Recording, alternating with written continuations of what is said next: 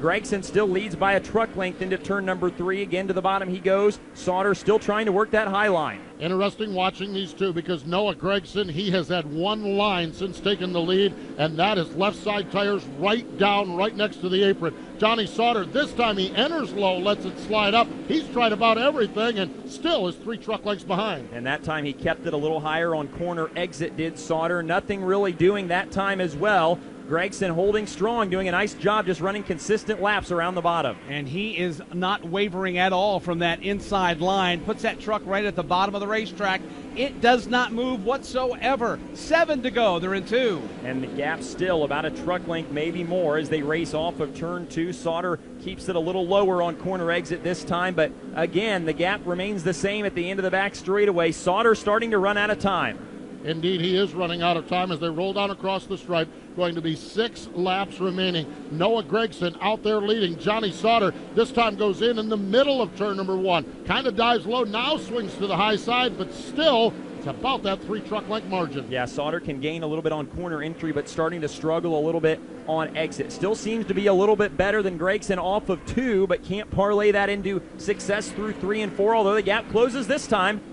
Gets a great run out of turn number 4. Johnny is there. He's on the tailgate. 5 laps to go. He'll look high in 2. Yeah, he is right there. Sauter pulls to the outside of Gregson through turn number 2. Noah tries to come up and block. Sauter may have hit the outside wall, but they're slowing down the back straightaway. Gregson running away as they work around the lap truck of Jordan Anderson. Oh, boy. Johnny Sauter up into the outside wall, may have touched it. He gave a good run, and Noah Gregson, I am not sure that Johnny Sauter might have a little bit more motivation now. He's already closed back into 2 truck lengths. He's down to 1 truck length. Yeah, he may have just poked the bear. Johnny Sauter driving angry now as he tries to track down Noah Gregson again down the end of the back straightaway into turn number 3. Sauter going to have to reload here. He lost all his momentum with that shunt off 2. Here they come. 3 laps to go. Jennifer Jo Kopp gets out of the way. Pulls to the inside. Johnny's there. He's on the tailgate again. Here's Sauter. He'll swing wide in turn 2. The gap about a half truck length or less. Gregson missed the bottom off of 2. Sauter goes from high to the low side. Gregson loose. Down the backstretch, Sauter pushing him into turn number 3. What's Gregson going to do? Able to hold on to the top spot, but here's Sauter roaring to the outside. Sauter swings to the high side. Gregson down low. Gregson slides right up in front. Sauter gives him a shot in the caboose. Gets Gregson's truck loose. Gregson on the inside. Sauter's there alongside. Gregson slides Sauter way up the racetrack. Yeah, Noah trying to squeeze him as high as he can, but Sauter's too far alongside now for Gregson to do that. Johnny with the advantage into 3. They're banging wheels. Gregson spins the entry to 3. Backs hard in the outside wall into turn number 3. The race for the lead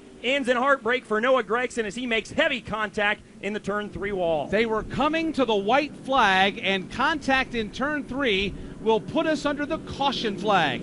Johnny Sauter reassumes the lead after hard contact for Noah Gregson into the wall in turn 3. Well, back to Dylan. Well, they were beating and banging all the way down the back straightaway, and Gregson had tried to push Sauter higher and higher every single lap, and Johnny just was too far alongside him that time. Gregson still tried to door him going into 3, and I think Johnny had just had enough, and Gregson was too far back, kind of hit Sauter in the left rear, and Gregson spun around, backed hard into the outside wall, and then that race truck slid down the banking and has come to a stop on the apron between turns 3 and 4. Indeed, and now Noah Gregson working to get out of that truck on the inside. We've got Ryan Reed up here. I mean, I don't know, calling a race. We're jumping up and down and screaming because moments like this you become a race fan. Ryan, what's your perspective? What did we see there with those 2 drivers? Man, that's as good as it gets as far as racing goes. And I knew when Johnny got to him, he's so tough to keep behind you. And so Noah had his work cut out for him, and then he kind of pinched him off of 2, ran him up into the fence, and he knew at that point Johnny was going to find another 2/10 a lap because he was just going to drive the wheels off that thing. And he honestly, I think he was going to pass Noah clean. You know, he gave him a shot and then loosened him up.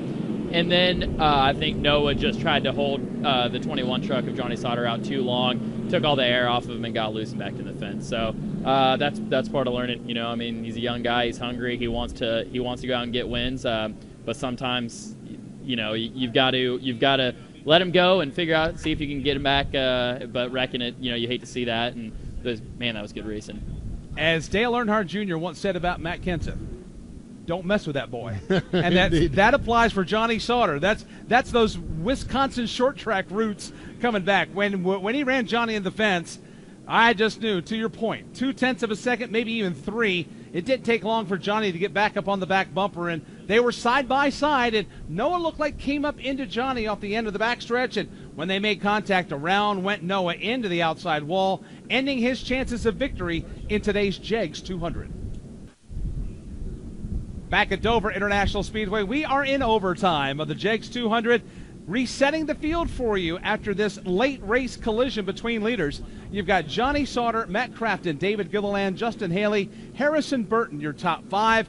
And again, once the green flag comes out, it is NASCAR overtime here at the Monster Mile. From Dover International Speedway, this is the Motor Racing Network, the voice of NASCAR.